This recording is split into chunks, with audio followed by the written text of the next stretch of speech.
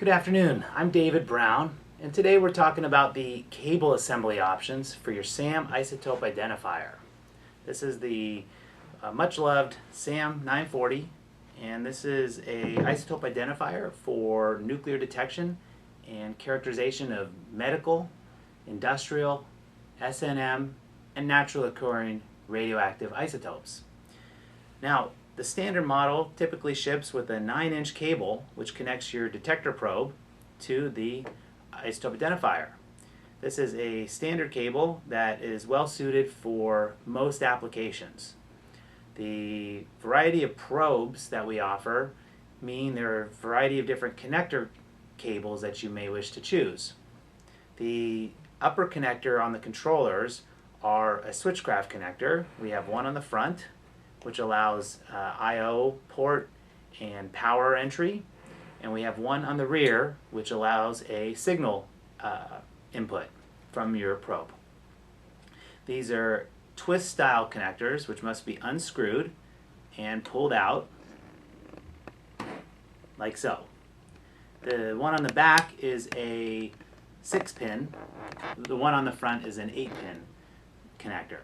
Now, to properly insert the switchcraft connector into the controller, you'll notice that there is a key. As you spin, boom, you'll find the key. It's very easy to do.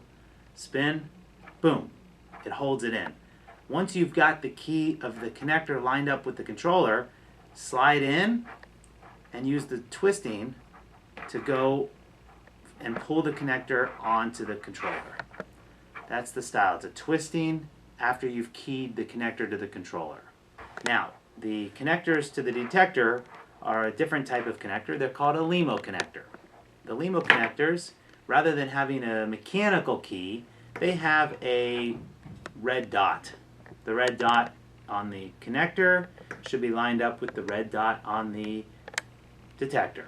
So here I'll line up my two red dots, and this one has 3 teeth which hold the connector in place. They do not need to be released to insert the connector. So I can just slide in. Boom. Now I've got a good connection with my detector connector, my Lemo. To release this connector, we start by pulling on the grip. There's a grip here, and you pull on the grip. That releases the teeth, and then pull the connector out. Very important to realize that this grip is for pulling, and you can see actually as you pull the grip down, it releases the teeth. Detectors.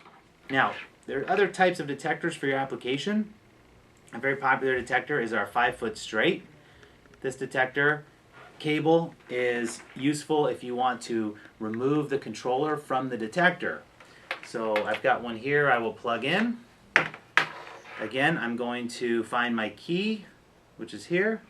I will start on the left and just swing across the top. Boom. There it goes. Slide in and tighten down that connector. For the Lemo, I find my red indicator. I find my red alignment and simply push in. Okay, now that's a good connection, This again is useful if you need to remove the detector and put the detector perhaps in a shield.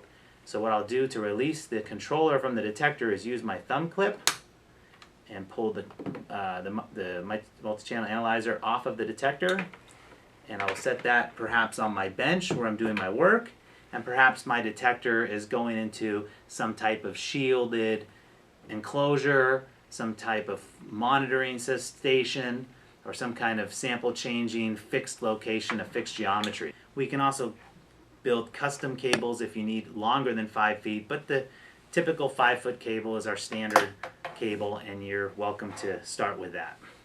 Okay. Now I'd like to show you 2 special cables. This is a coil cable which gives you up to 7 feet, but it also stays tight, so if you're in a portable mode, it won't catch on your strap or catch on the side of a table. This one, again, we're going to find the key, boom, slide in,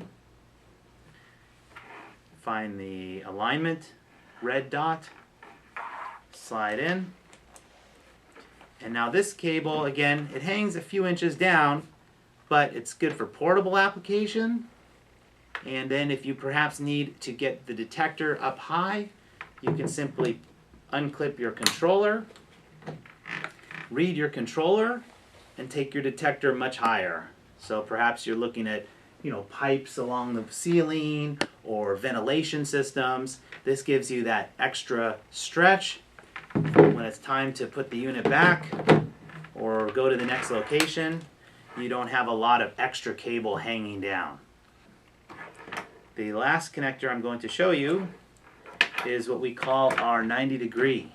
And this is a very low profile connector, which is useful for putting the SAM into a padded field bag, or if you want very little extra material, and the 90-degree allows you to connect the controller to the detector with the least amount of profile.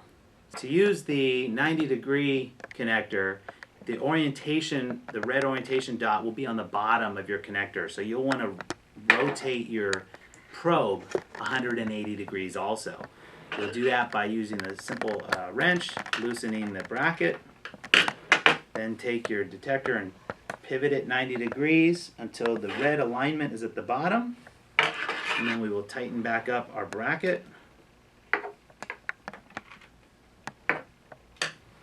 Okay, and now we'll be able to fit our switchcraft in the top using the, again, same style, boom, using the alignment key. And then on this one, the red alignment should line right up. And now you have a very low profile connector. We call it the 90-degree. And that's a useful connector as well. The whole entire unit may be put into a padded field bag if you prefer, and this gives you a little extra protection. This is a field bag that allows you to go out in the rain, go out in sandy environments, and continue using the SAM through the display. It's very easy to put in the bag. We'll pull the cable, the strap out. The controller goes inside the bag through the zipper opening.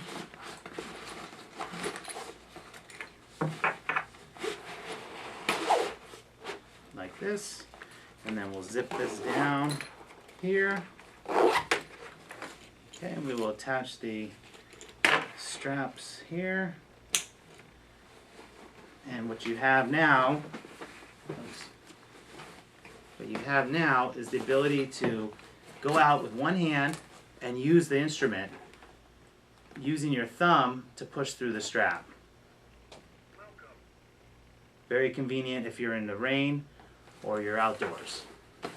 So these are some of your options, but of course we'd love to hear from you. Please give us a call and we'll talk through specifically what we can do to give you exactly what you need. Part of the focus on customer support that we provide at Berkeley Nucleonics. Thanks for visiting today.